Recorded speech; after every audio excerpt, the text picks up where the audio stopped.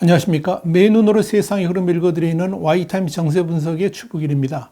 핀란드와 스웨덴이 이 북대서양 조약에 오르니까 나토 가입을 공식 신청했습니다만은 이 터키가 몽리를 부리면서 신속 가입에 제동이 걸렸고, 이로 인해서 첫 단계부터 2주 이상 지연이 불가피할 것으로 보입니다. 영국의 일간 가디언은 19일 이런 보도를 했습니다. 핀란드와 스웨덴의 나토 가입에 대한 회의를 즉각 열지 여부에 대한 나토 대사들의 투표를 터키가 반대했다, 이렇게 전한 겁니다. 이에 따라서 가입 절차의 첫 단계가 동맹국들의 계획보다 2주 이상 지연될 것이다, 이런 예상이 나옵니다. 현재 30개국이 참여한 나토는 회원국을 늘리려 할 때 전체 회원국이 승인을 받아야 되고요. 또 이들 국가의회의 비준도 받아야 되는데, 이 나토 동맹국들은 그동안에 핀란드와 스웨덴에 대한 러시아의 잠재적 위협을 고려했을 때 이 과정을 가급적 신속하게 진행하겠다, 이런 입장이었습니다만 터키가 그런 절차에 제동을 건 겁니다. 그렇다면 터키는 갈 길 바쁜 스웨덴과 핀란드의 나토 가입을 끝까지 반대할까요? 일단 외교상으로 보면 자국이 테러 조직으로 간주하는 쿠르드 무장단체에 대해서 핀란드와 스웨덴이 은닉처를 제공하고 있다라고 비난하고 있고요. 또한 이 방산물자 수출 금지도 문제 삼고 있습니다. 레제프 타이예프 에르도안 터키 대통령은 집권정의개발당 회의에서 동맹국이 터키의 의구심을 존중해야 된다 그러면서 나토의 확장은 터키의 민감한 사안에 대한 존중에 비례한 만큼의 의미가 있다, 이렇게 말을 했습니다. 우리 뜻도 좀 받아달라 하는 거죠. 에르도안 대통령은 또 터키가 테러리스트로 지목한 이들을 인도하라는 요청을 스웨덴이 거부한 사실을 언급하면서 나토는 안보기구다, 안보가 취약한 안보기구의 예라고 말할 수는 없다, 이렇게 정리를 했습니다. 터키 반대 때문에 이 스웨덴과 핀란드의 나토 가입은 무산될 수 있을까요?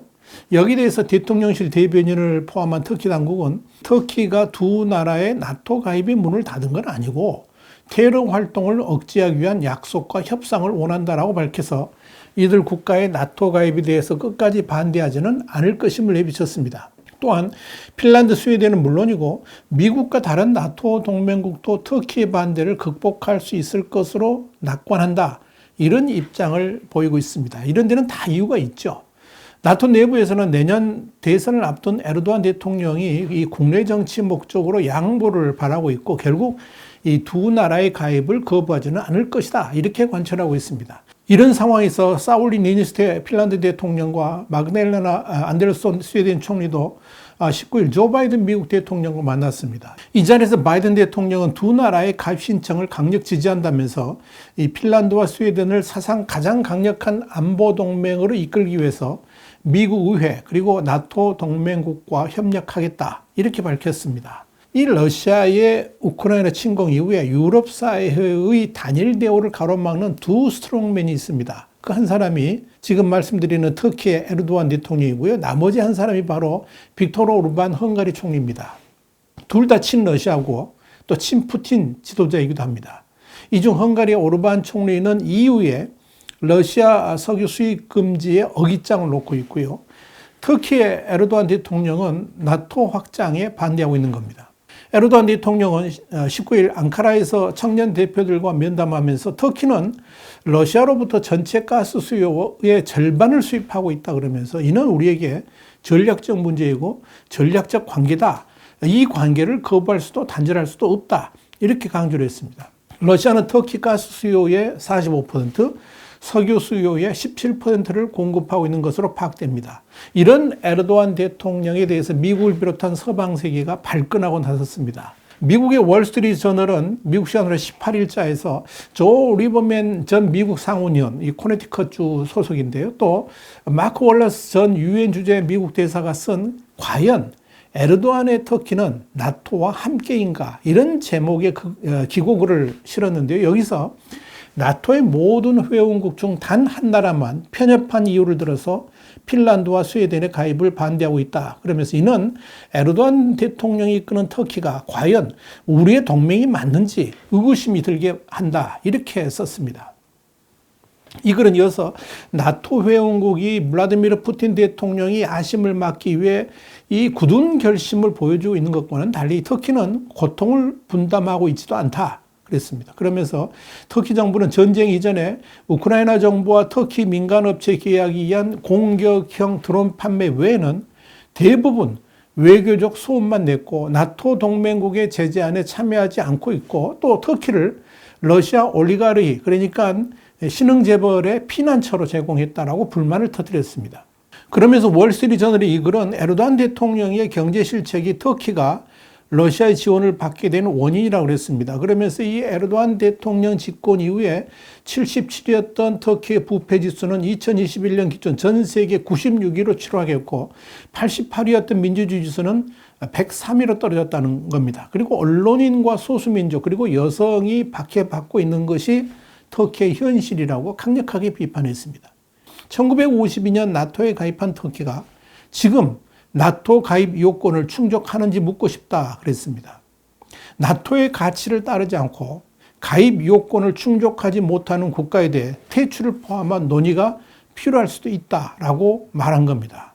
사실상 상당히 엄청난 경고를 한 거죠. 이 월스트리트저널의 기고문은 미국을 비롯한 우방국들의 심경을 그대로 대변하고 하고 있다고 봐도 될 겁니다.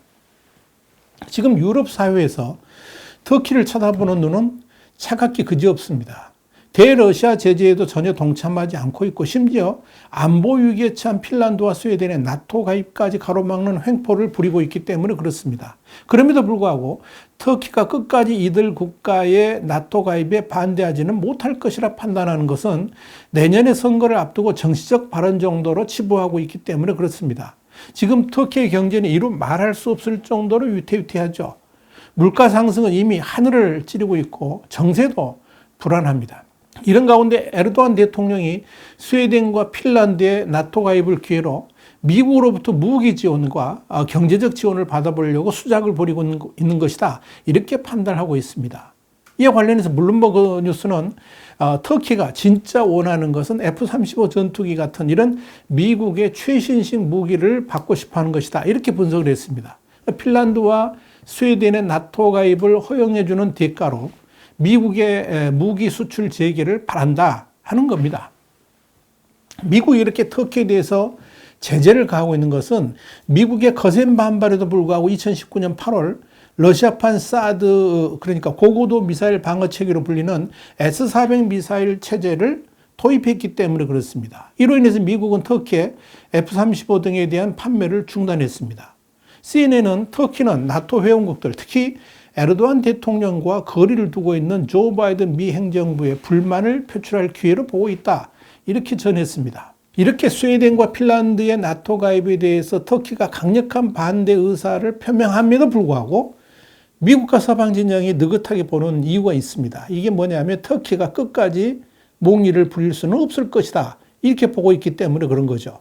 터키는 지금 인권 이슈로 미국에 의해서 견제를 받고 있습니다. 지난해 4월 24일 바이든 미국 대통령이 터키 전신이죠. 오스만 튀르크 제국이 106년 전 저지른 아르메니아인 살해 사건을 집단 학살 그러니까 제노사이드로 공식 규정하면서 터키와 거리두기를 한 바 있습니다. 사실 터키는 미국의 강력한 우방이었습니다. 나토의 일원이기도 하거니와 미국의 중동 그리고 남유럽 안보 전략을 떠받치는 파트너이기도 하고요.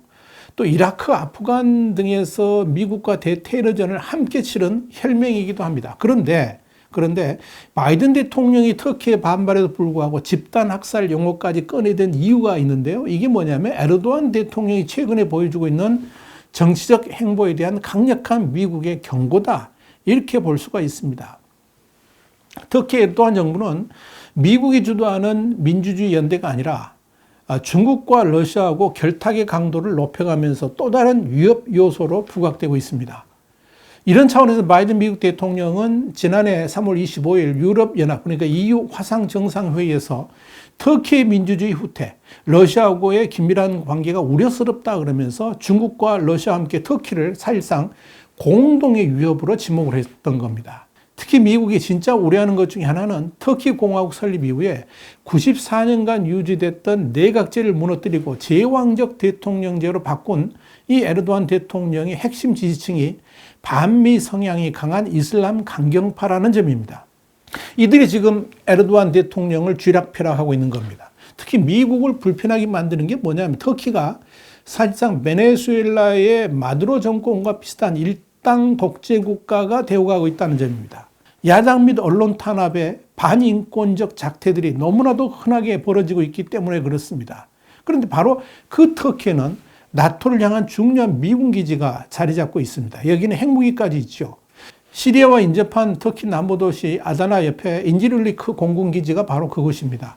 지중해에서 32km 떨어져 있는 이 기지는 중동에서 벌어지는 군사작전들을 행하는 데 아주 중요한 역할을 합니다. 터키군과 미군이 함께 이 기지를 사용하고 있는데요. 이 기지의 지정학적 중요성은 1991년 걸프전, 그리고 2001년 아프가니스탄 전쟁, 그리고 2003년 이라크전 때의 미군 전투기의 발진 기지였다는 점에서 드러납니다. 이렇게 미국이 터키를 제재해도 터키가 미군 기지에 대해서 입도 뻥긋하지 못하는 이유가 있습니다. 그게 뭐냐면 터키의 주요 수입원인 방위산업에 대해서 미국이 목줄을 쥐고 있기 때문에 그렇습니다. 터키 방위산업의 주요 부품이라든지 제작 기술은 미국으로부터 수입에 의존하고 있습니다. 중동 전문 뉴스 사이트인 R모니터는 미국으로부터의 수입이 2, 3년만 막혀도 터키의 방위산업은 괴멸적인 타격을 입게 된다라고 보도를 한 바 있습니다. 가장 큰 피해를 입을 분야는 공군 및 지상 무기 체제입니다. 터키 공군의 가장 중요한 과제는 F-16 전폭기의 유지 보수, 그리고 차세대 전폭기인 TFX의 차질없는 추진인데 이 분야가 심각한 타격을 받게 될 것이고 심지어 장기적으로는 터키의 방위 산업 분야를 고사시킬 수도 있다 하는 겁니다. 여기에 미국은 경우에 따라서 제3국이 터키 방산부와 협력하는 것을 금지하는 조치를 취할 수도 있습니다. 이렇게 되면 터키가 수출을 하려고 하는 T-129 공격 헬기 등이 모두 발목 잡히게 됩니다. 자, 에르도안의 터키가 이런 약점을 미국에 잡혀 있기 때문에 끝까지 미국에 대항하지는 못할 것으로 보인다 하는 겁니다. 지금 미국이 터키의 방위 산업을 틀어막게 되면 터키 경제는 그날로 끝장나기 때문에 그런 겁니다. 와이타임 정세 분석이었습니다. 다음 시간에 다시 뵙겠습니다. 감사합니다.